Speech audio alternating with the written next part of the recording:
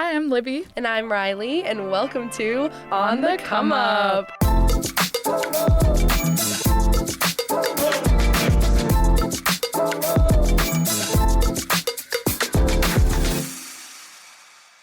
So Riley, you're always working on like a million theater projects. Always. What's going on right now? Right now, I'm so excited because I'm working on The Wedding Singer with the Village Players. Yes. And what's really fun is like this cast is amazing. We're dancing all together. We're having a great time. But what's been the highlight for me is working with my dear friend, Nicole Tuttle-Robb, who happens to be joining us in the studio today. Hi, Nicole. Hi. Thanks so much for being here with us. Absolutely. Thank you for inviting me. Libby and I, when we were kind of prepping for this podcast, we were talking about you as our multifaceted queen because you just have such a stacked resume with so many different incredible things. So it's hard to really narrow down a focus, but we really want to get the full scope of who Nicki Robb is. All right. So start us off with your background, like where you grew up, where you went to school, and all of that. Love that. Okay, so I started in a little town called LaGrange, Ohio. That's kind of where I grew up. And my father was the English teacher, and he taught drama and did the drama club for a while. And then my mom took over the drama club. And so kind of like this intersection of arts, storytelling, like all of that theater it was built in. And my mom's actually an author. And so it's just everything kind of, I had no choice, really. It was just going to happen no matter what. I feel like it happens that way sometimes, you know, Yeah. like, and especially when you have parents who are so passionate about the things that they do, it makes it really easy for you to become passionate about those things as well. For sure. Absolutely. Like my high school didn't have a drama program when I was going into it. It had since long died. But when I was coming up in 8th grade, I said, guys, we have to move. Like, we have to go to a different school. I can't go to a high school without a drama club. Like, do you know who I am? Right. Priorities. Exactly. Right? And so my mom was like, you know what, let me go talk to the principal. And she started the drama club back my up gosh. again so that it would be there for my 4 years. That's awesome. It was either that or move. Like, Yeah. No, 100%. which one's more work? 100%. And I see where you get all of your like take charge and creativity from. That's incredible. Yeah, they really do just kind of jump into everything. And I do too. So how did you then end up in Toledo? Yeah, so I actually went to college. I did my undergrad and my graduate degree in theater at BGSU. Okay. And so Awesome. kind of came to the area through there, danced around for a while. I went out and toured with a touring theater company in Minnesota for a couple years. And then I went to Cleveland for a little while. And now I'm back. I love it. Now here love I it. am. And you and Libby can bond over Talons Up. Yeah, we let's love go a fucking little BGSU grad. But yeah, you obviously like you were saying that, you know, the intersection of arts and storytelling. I think that's such a great way to describe you because obviously theater is like your greatest and first love. But I really want to talk about multifaceted queen that you are a published author, which is so incredible. So you've written 8 books, is that right? Yeah, 8, well, 9, but one of them's not out yet. Yes. Okay. Yes. So 8 published books, 9 is in the works. Yeah.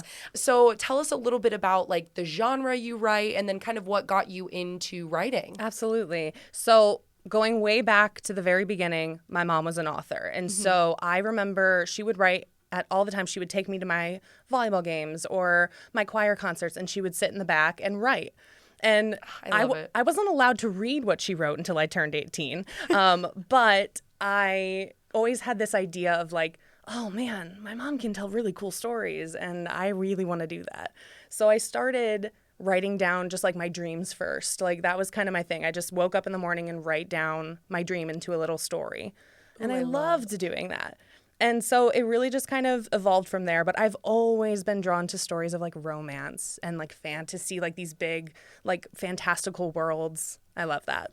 It's amazing. And I'm curious if you could talk a little bit about like what inspires your work and a little bit of your process. I know you mentioned writing your dreams, but what does that look like now? It has absolutely evolved since then. I get a lot of my inspiration from music, actually. Oh, cool. So I wrote an entire series based on one Mayday Parade song. So like sometimes I'll just hear it and I get a whole idea by the end of the 3 minutes that a song is up.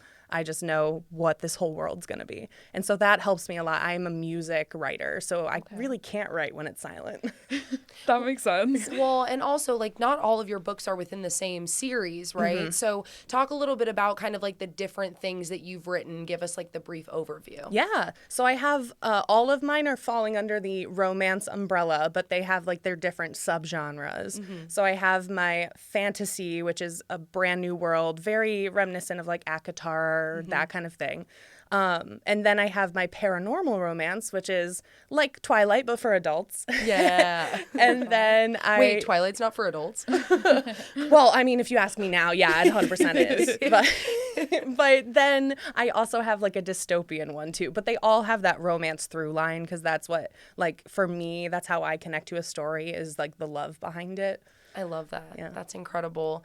And then one thing that I think is really cool about you is that you are very, very keen on connecting with your audience. So obviously, like, there are some authors who will just, put out a book and then just see how people perceive it, and then that's the end of it. You are very proactive about going to lots of tabling events and conferences and things like that. So talk a little bit about kind of like why you are so connected with the people reading your books and what that's like promoting your own work and doing things like that. Yeah, it's really fun. It's like it's both a pro and a con of being an indie author. Right. The con side is, we really don't have the push of a marketing team from a big publishing house.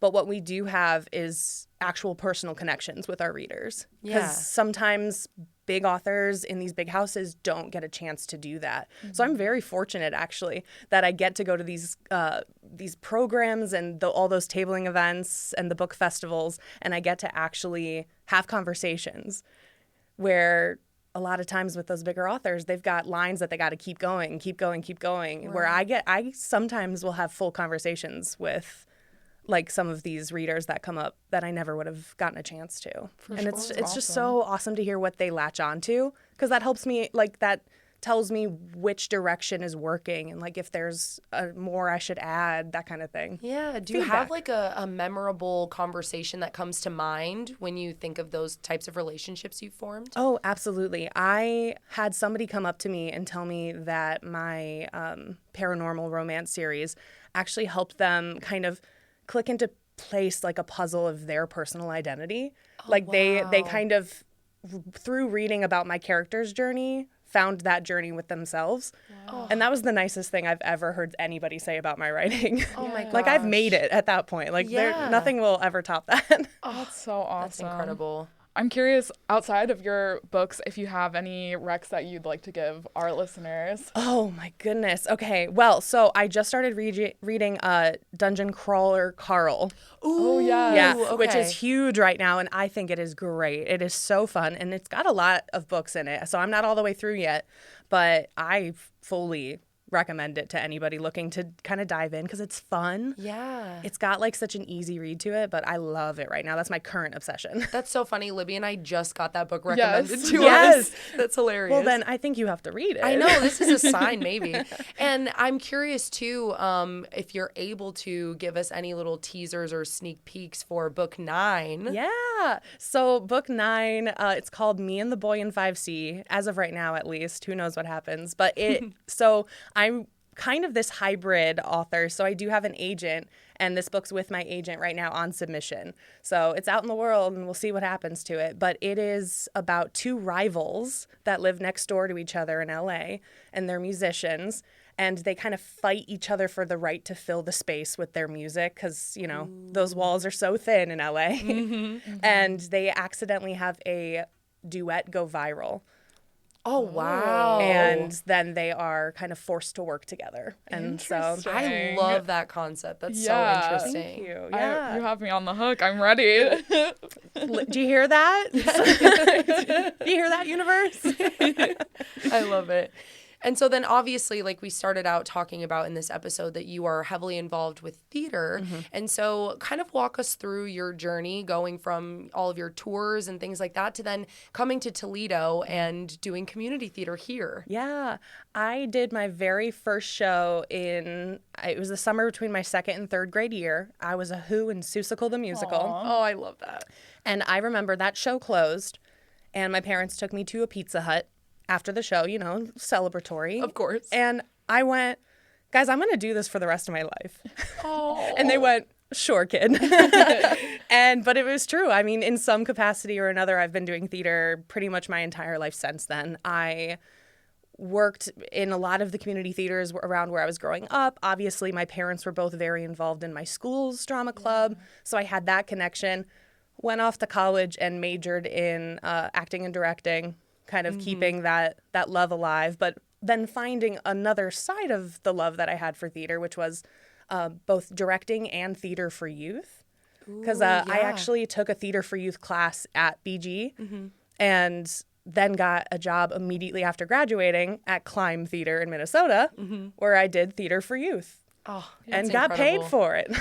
I love that. Which is so fun. And you said acting and directing both at BG. So were they separate majors or were they different specializations? How does that kind of work? Yeah, so they had a couple different specializations. The one specifically was Bachelor of Arts in Communications, acting and directing. Cool. Okay. So it was that one together. You could do like musical theater. I know my husband did youth theater and puppetry as his, because doesn't that make perfect sense? What an icon. What an icon. And so there was a bunch of different ones like that. And then I went back for my graduate after a couple years. I went to Minnesota, came back, got my grad degree, my master's in theater specifically, just broad theater.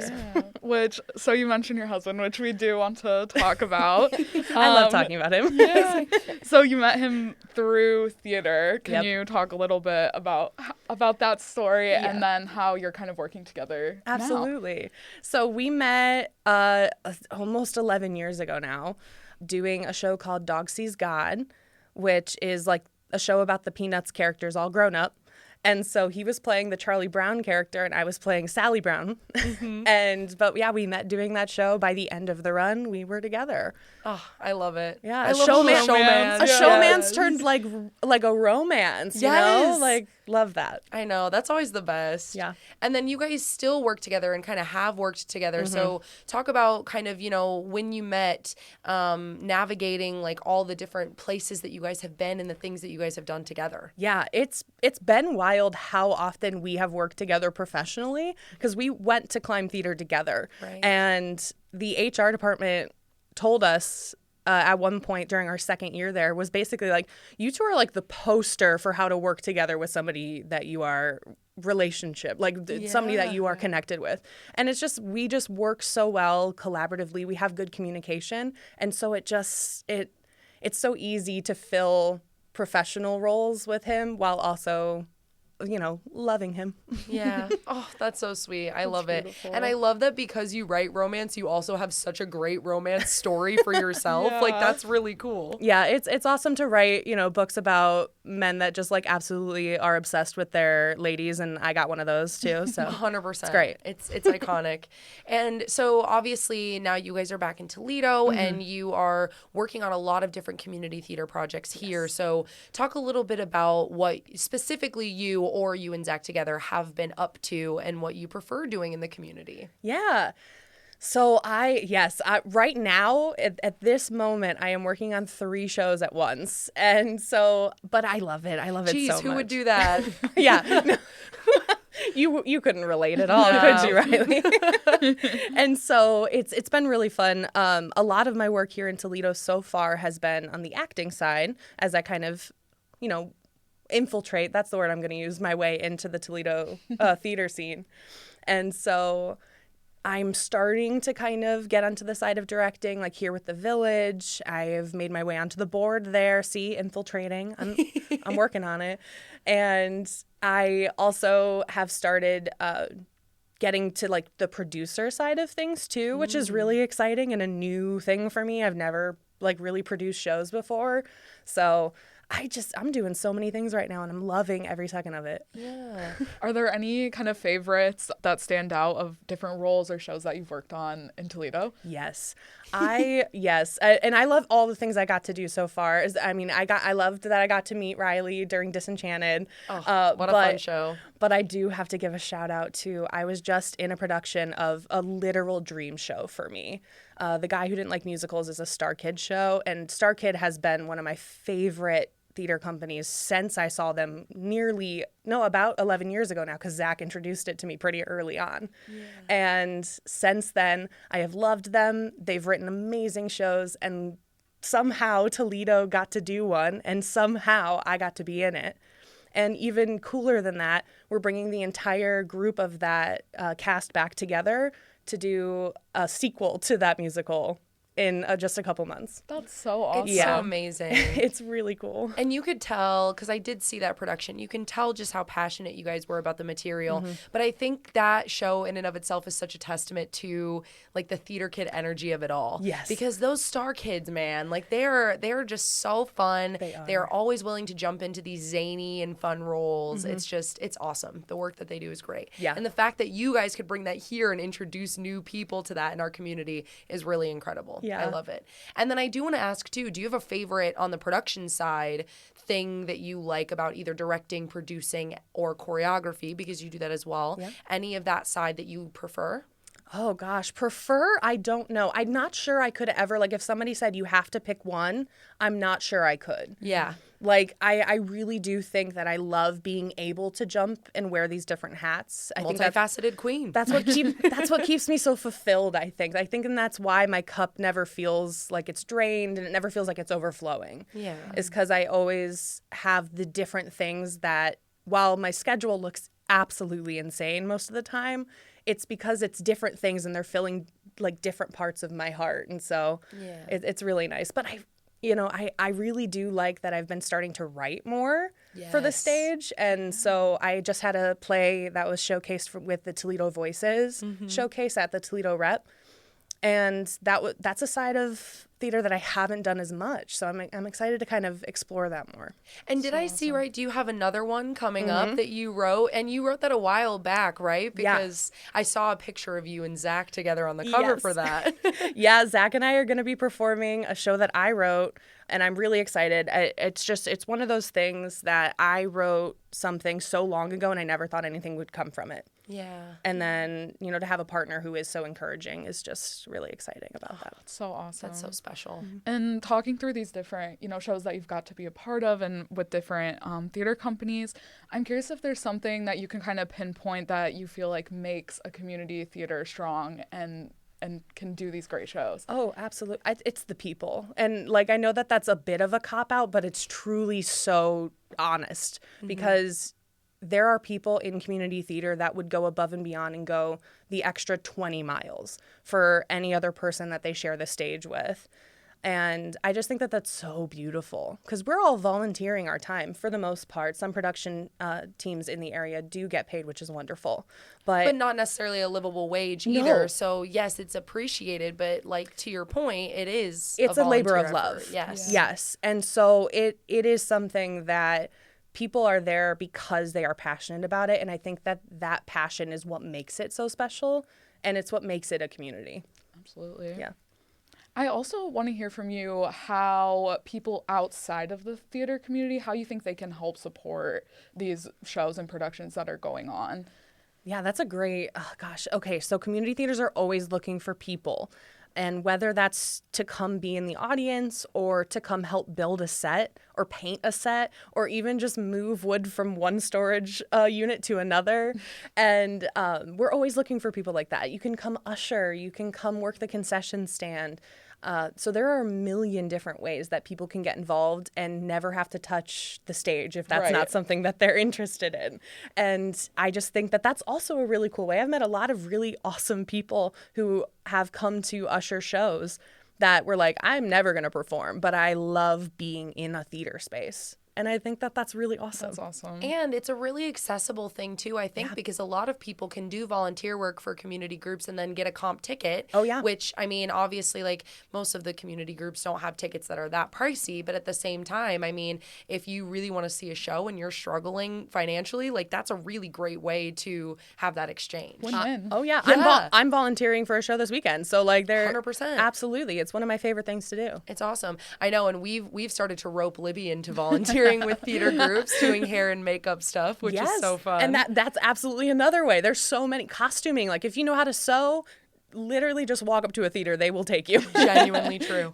you're doing all this incredible work in the theater community. You're also publishing all of these amazing books. And then on top of it, you have a day job. Yeah. So your actual 9 to 5 is working with the Toledo Area Sanitary District. So can you talk about your role there and then just a little bit about what your day-to-day looks like? Yeah, I am the Community Outreach and Education Coordinator at the Toledo Area Sanitary District, which is so many words.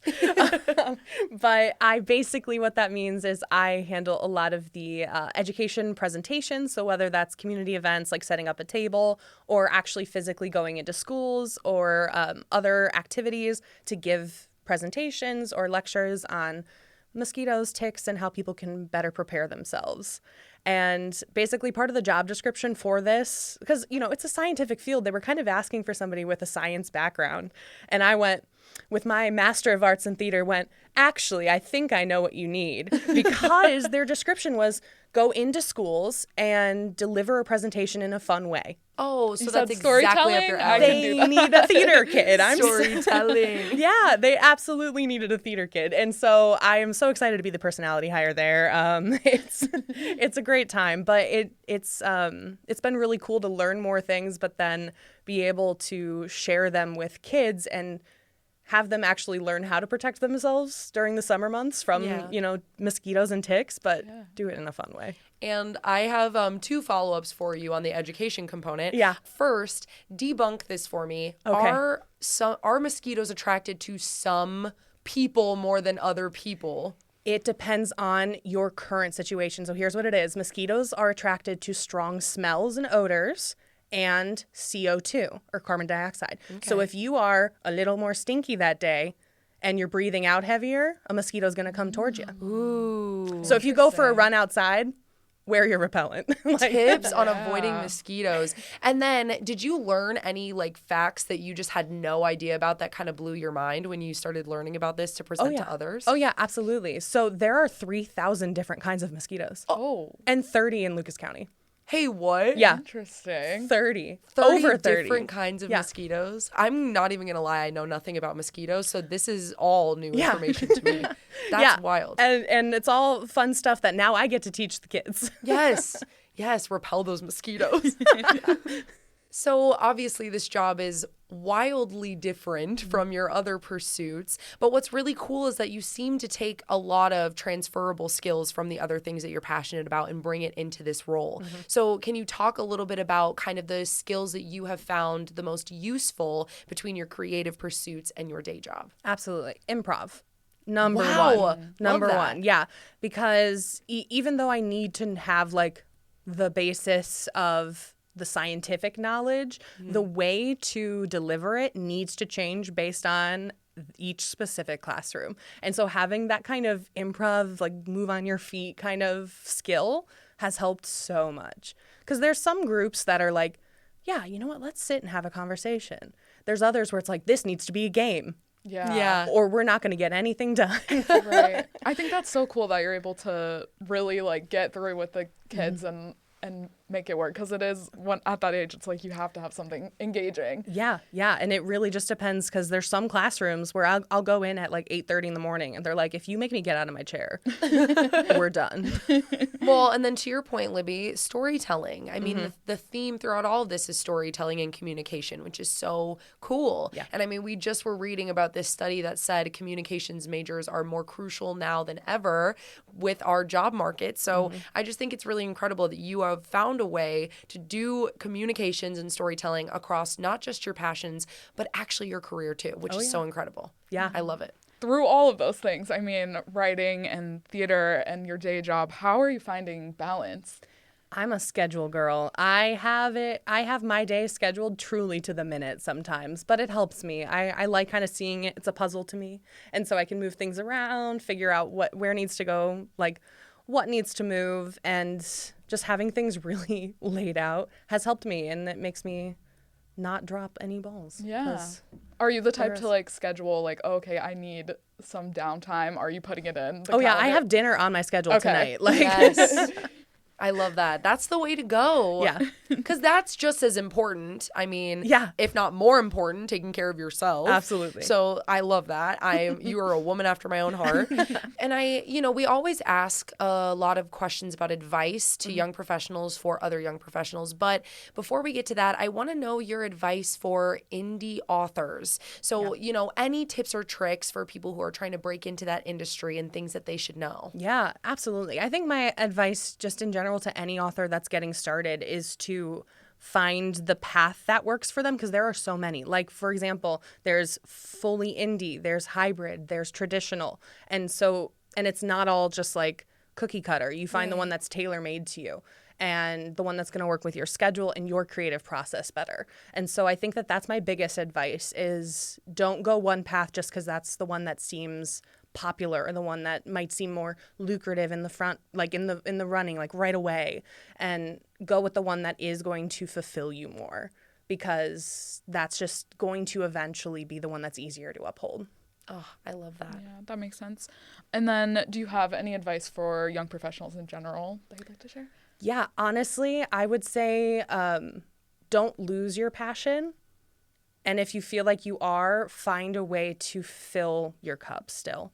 Like, find a way to use that passion still. Like, don't let it go away. If you're in a career that you're feeling a little drained, find the way that you can still get that creativity, that passion, the thing that makes you want to get up in the morning. Find a way to make that work. And if that's, you're dressing a certain way every day, like you're putting more passion in your fashion to go to work, like maybe that's how that fills. But finding a way to not lose your spark and lose your passion in, a world that sometimes is kind of designed to dull a lot of that, I think that's just don't let it dull your sparkle.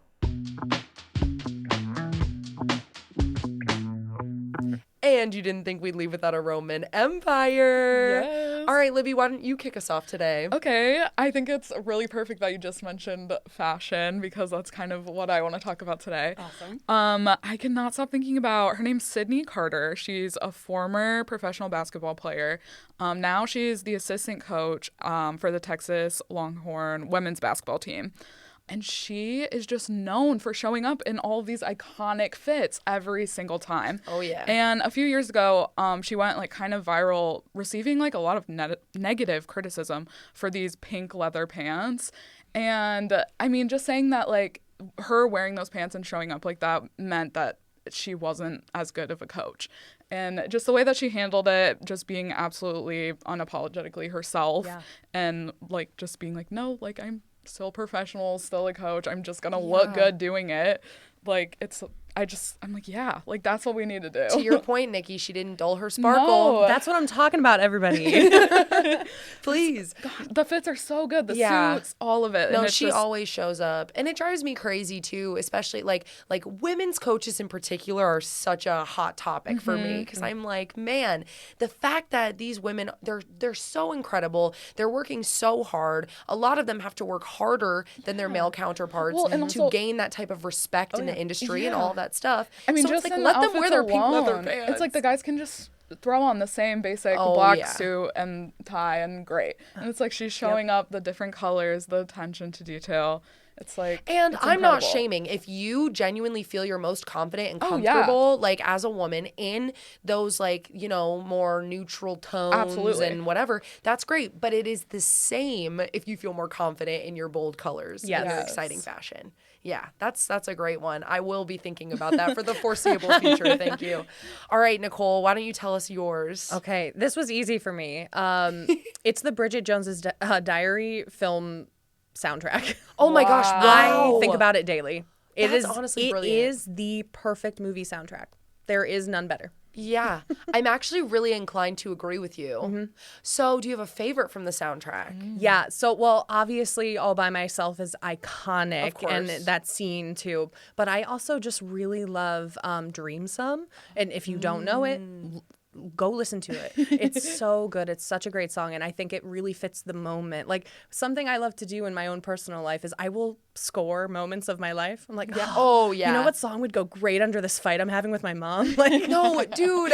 And you know what's so funny? I do that too. Yep. And then I feel so delusional. And I'm like, oh my God, I feel so insane. But then I hear people like you who are brave enough to say the thing that I'm not saying. Yeah. And I love it. Thank you. No, you're not alone. I love the idea of like music supervision and like putting music to life. And Bridget Jones does that perfectly. 100%. I mean, I literally had a doctor's appointment today and walked in like listening to a song in my head to hype me up as I'm walking into the doctor. I'm like, yeah, this is great. This is how you get through life. I don't know. Yeah. We're all in a movie. It's awesome.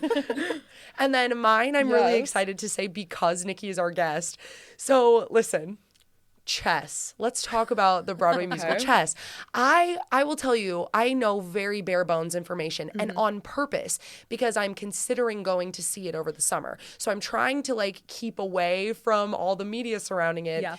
But here's one part of that show that I cannot stay away from, and it is Nicholas Christopher in the song Endgame Part 2, where he belts the word never. And I'm not kidding when I tell you this belt is anywhere, depending on the night, anywhere between like 20 and 23 seconds long. But imagine belting like, and it's like a tenor range, like it's way higher. And he's just like belting this out. And it's so magical because someone definitely did not post a clip of it. And I definitely did not watch the clip of it to see him belt this note. But I was just gobsmacked at one, the sheer talent, at two, the sheer stamina, because my goodness, truly. Being on that stage, because it's one thing when you hear it in the recording, okay, like, whatever. Yeah. Like how many takes did you get for that? Exactly. Like my real Roman Empires, when I got to meet Alex Brightman, who is a Broadway star, and I talked to him about his process for School of Rock, and he told me that there's only one time he's ever hit his like iconic little high note, no way you can stop the School of Rock, and it was because he had both hands on either side of the wall in the recording studio and like literally was just like crying, snotting, spitting, like all this stuff like to get that note, and then never was able to hit it again. And he never did it for the live shows. But what's really cool, and it sounds great on the soundtrack, it sounded great live, it's whatever. But what's incredible about Nicholas Christopher, it sounds the exact same live as it does in the soundtrack. It is bananas. That's on I really hope you get to go see it. I know. I really hope. And here's what's crazy. Right when I'm going, JoJo is stepping in for, I believe, the part that Leah Michele is playing right now. JoJo. And I just love me some JoJo. Love some JoJo. Any Aquamarine fans out there will relate, for Absolutely. real. Well, Nicole, thank you so much for being on our Thank podcast. you. We're so happy to get all of your insight. Absolutely. Well, thank you so much for having me.